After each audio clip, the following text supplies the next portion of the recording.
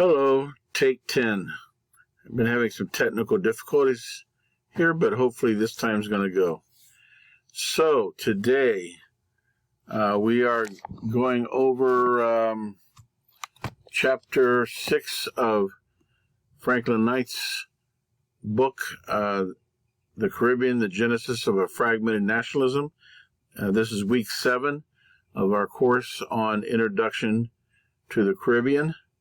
The first half of our course, we're going over the history of the Caribbean, and basically it's a historical sociology to try to understand how the Caribbean cultures developed and why it was so hard for Caribbean islands to develop a sense of cohesive regional nationalism. The second half of our course, we're going to be going through some interdisciplinary looks at contemporary Caribbean, so that'll be fun. So let's jump in and see if this time it might work. Franlin Knight, The Caribbean Genesis of a Fragmented Nationalism.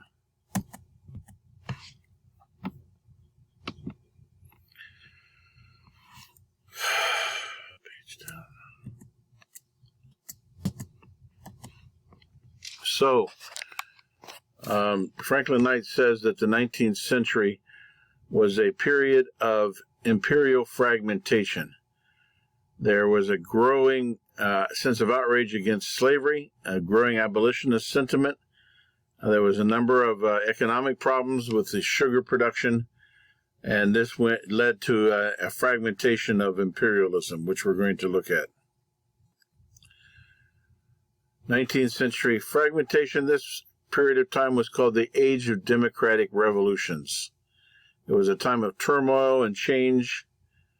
It continued to the final decades of the 19th century, perhaps ending with the Spanish-American War. Some of the revolutions or wars of independence during this period of time was the United States of America, which won its independence in 1883, the former British colonies along the North American coast, the Haitian Revolution, the only successful revolution carried out by slaves in history, from 1789 to 1804, the Spanish-American republics, led by San Martin and Simón Bolívar, 1810 through 1824, and the Dominican Republic won its independence in 1865. Within the Caribbean, the most important development was the growth of a predominantly Creole, inward-looking peasant group of free workers, according to Franlin Knight. This was an important social development. This group of free Creole peasant workers became the majority population of the Caribbean. In French Saint-Domingue, the ex-slaves fought stubbornly under Toussaint Louverture to democratize their society, far more, in his opinion, than the French were prepared to do during the French Revolution.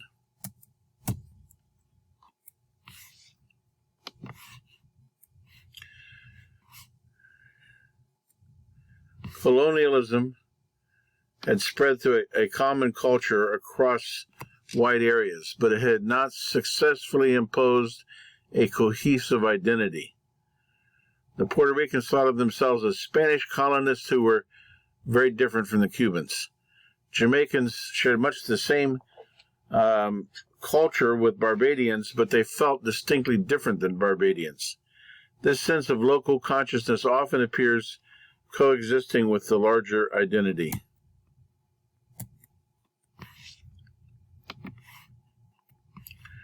Without a doubt, the experience of slavery was the most pervasive single influence that affected the major Caribbean societies during the 19th century. David Brian Davis, who is an important intellectual historian, has suggested that slavery was a basic problem for Western culture. Cuba and Puerto Rico, for example, did not have an identical experience with slavery and the plantation system. The British colonies of Barbados, Jamaica, Trinidad, that should have been spelled Guyana, all manifested significant variations in the post-abolition period. The same thing could be said of the Dutch colonies of Curaçao and Suriname. The abolition of slavery represented merely one phase, albeit the final one, in the disintegration of the Caribbean slave society, as well as only one phase in the slow evolution of the Caribbean society and the growth of the Caribbean nationhood. The degree to which the majority of Caribbean communities had internalized slavery meant that they could never develop the type of social cohesion that was characteristic of mainland settler societies. In contrast with settler societies, the overriding preoccupation, according to Franlin Knight, of the exploitation colonies was the emphasis on the organization of labor and the construction of a community geared to maximum production of exports, tropical staples such as sugar, tobacco, etc. Exploitation societies reviewed their residents as a temporary sojourn to be endured. In other words, I'm here, I'm going to make my wealth, and I'm going to get out and go back. These two contrasting goals of settler and exploitation societies was a factor influencing the fragmentation of identities among Caribbeans.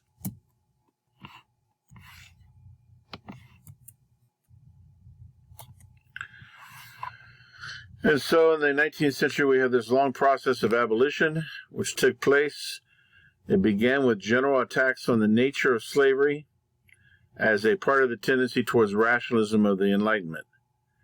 This was followed by attacks on the slave trade and attempts from the center to ameliorate the material conditions of the slaves. Finally, there were attacks on the institution of slavery itself, with emancipation as the goal. In nearly all cases, the actual end of slavery was messy. The timeline for the collapse of Caribbean slavery: in 1729, there was almost no doubts about slavery. No one questioned it. By the early 1770s, both public opinion and legal attitudes in Great Britain had made an abrupt about-face. 1780s to the 1790s, the anti-slavery movement became organized. Anti-slavery societies in England and France sprung up. Napoleon reinstituted or tried to reinstitute slavery in Saint-Domingue but failed. He did reinstitute it in Martinique and Guadeloupe.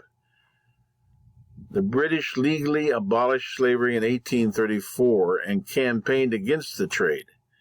The slave trade to the Caribbean finally petered out by 1870, although Spain did not abolish it in Cuba until 1886. The nonconformist church's natural constituency in the British Isles, the working class, had a rather narrow equivalent in the colonies, where most occupations were handled by slaves.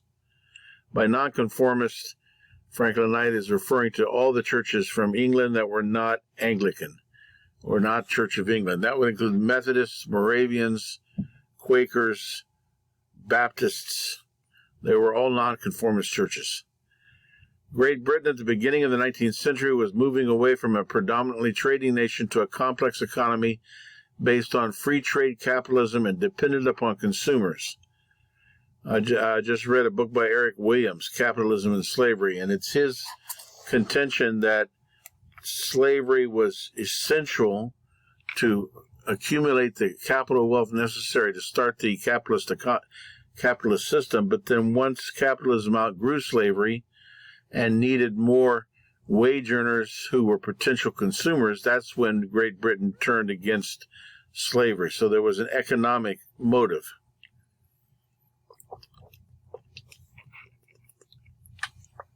As well as religious or humanitarian motives. To be just a little bit cynical. The sugar industry illustrated this growing universality of English commercial activity. The British West Indian sugar producers by the 1830s were competing in the market with sugar produced in India, Cuba, Brazil, Singapore, Java, and the Philippines. Also, there began to be beet sugar production from parts of Europe and the United States. So this was not good for the British West Indian sugar producers. The West Indian production was becoming increasingly non-competitive, owing to its low technological development and high production costs. So this leads to the decline of West Indies sugar. The sugar consumers came to resent the imperial preference that kept prices too high, in their view. In other words, they could buy sugar cheaper from other sources than the West Indian planters. This political and economic decline was near its nadir when the Parliament moved to abolish slavery in 1833. Do you see how economics and humanitarianism and religion kind of weave together in this? They probably would, I think what the author's saying, they probably would never have abolished it, even for religious or humanitarian or philosophical reasons, if it wasn't in their financial interest to do so. In other words, the argument can be made that slavery was abolished within the British Empire when it was no longer profitable. A similar situation existed for the French in Martinique and the Guadeloupe and the Dutch in Suriname. Here's a picture of Puerto Rico, actually maps of Puerto Rico and Cuba. The Spanish Caribbean. Unlike the British, French, and Dutch, the Spanish Caribbean was just beginning to enter the sugar revolutions during the early 19th century. They were latecomers to the party.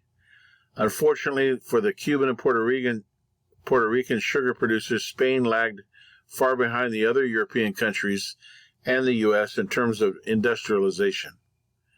It could not supply its colonies with manufactured consumer items or technical equipment, and much less provide suitable markets for tropical exports.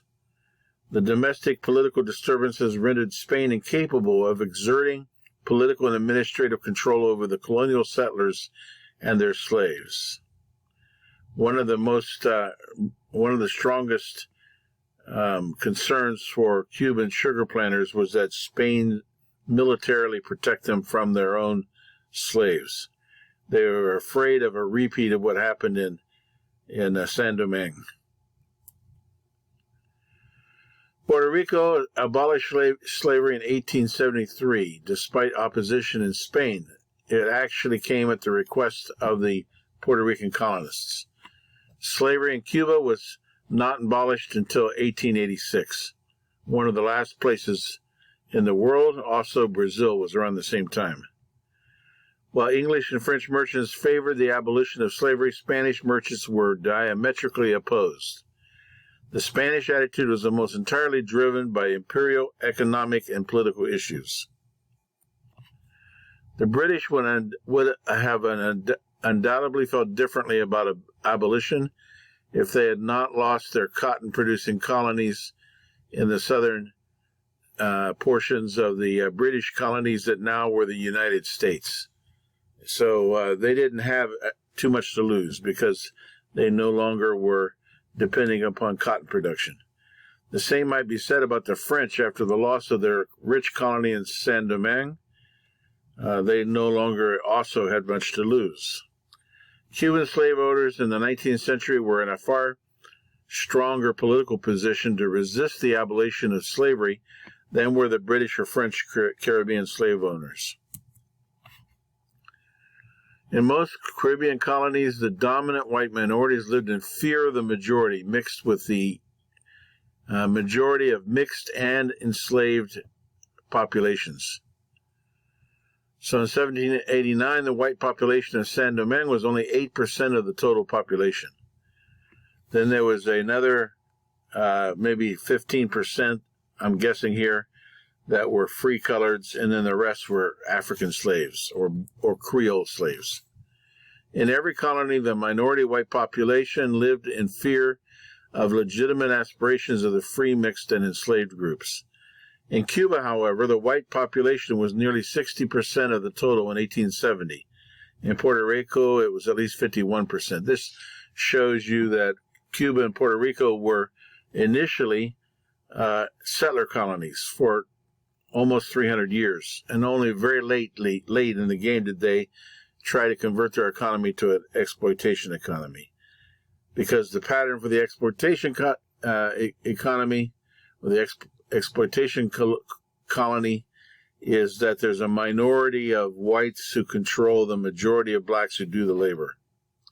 That was not the case in Cuba, though. The majority was white.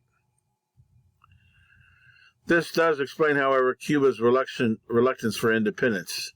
Why didn't Cuba become independent when Venezuela became independent in 1810, 1811, Nueva Granada, Peru, Argentina, Mexico? The reason why the Cuban elites did not strive for independence was they were afraid of their own slave population. Cubans had a front row seat for the Haitian Revolution. Many French planters had left Haiti, fleeing from violence, and had come to Santiago de Cuba, the eastern parts of Cuba, Los Llanos Orientales, and the Cubans saw what the French had suffered. It could be argued deservedly so for their abuse of slaves. And the Cubans, therefore, the wealthy Cubans, did not want to take that risk. So they stayed closely attached to Spain because they were afraid that any move towards independence from Spain would encourage a corresponding movement towards liberty and independence among the slaves. And they depended upon the Spanish military to quell any riots or uprisings. So this provided a powerful argument for the Spanish against seeking independence from Spain. Cuban elites felt dependent upon Spain to provide military protection from the black and enslaved population. This is something similar to what happened in Lima, Peru. In Lima, Peru in 1780, there had been a massive Indian uprising led by Tupac Amaru II, and this had led to 5 years of violence and 200,000 dead, and Lima was terrified that if they tried to separate from the king, then the indigenous population would rise up against them. That's why Lima, Peru had to finally be forcibly separated from Spain by Simón Bolívar and the Ejército de los Patriotas. Violence accompanied the end of slavery in Cuba, St. Croix, Martinique, Guadeloupe, Demerara, and Jamaica. The slaves made it clear that they meant to emancipate themselves by force if necessary. Caribbean slavery would eventually destroy itself. So this is a century of imperial fragmentation. It could not last, and Caribbean slavery eventually destroyed itself. European imperialism could not create a common sense of identity in the Caribbean. Instead, the environment, the nature of the colonial economies, the nature of the relationships to the home countries in Europe combined to accentuate the schismatic tendencies of the Caribbean societies by the 1790s. The majority of the islands were too small to support permanent settlements. The smaller islands also lacked natural resources. Caribbean whites began to consider themselves superior to European whites, even though they cut short their lives. The Caribbean whites had a shorter life expectancy than European whites, but after several generations, they came to think of themselves as hardy survivors. But they could only successfully convert this self-consciousness into a nationalism if they could find a way to include the various segments of color, race, and condition. You'll see this as you're reading through James Michener's Caribbean, particularly in the island of Barbados. By the end of the book, the Wintham family has a family reunion, and they have every possible color in their family, from very white to very black and all the shades in between. And this is what the Caribbean islands had to grapple with. If they were to have a sense of national identity, they had to incorporate blacks and mulattoes, mestizos, and people of mixed color into the national consensus, which wasn't always the easiest thing to do. And that is all for today. I'll be back to you next week with another segment of Introduction to the Caribbean. I hope you enjoyed this presentation, and I hope you'll read the chapter.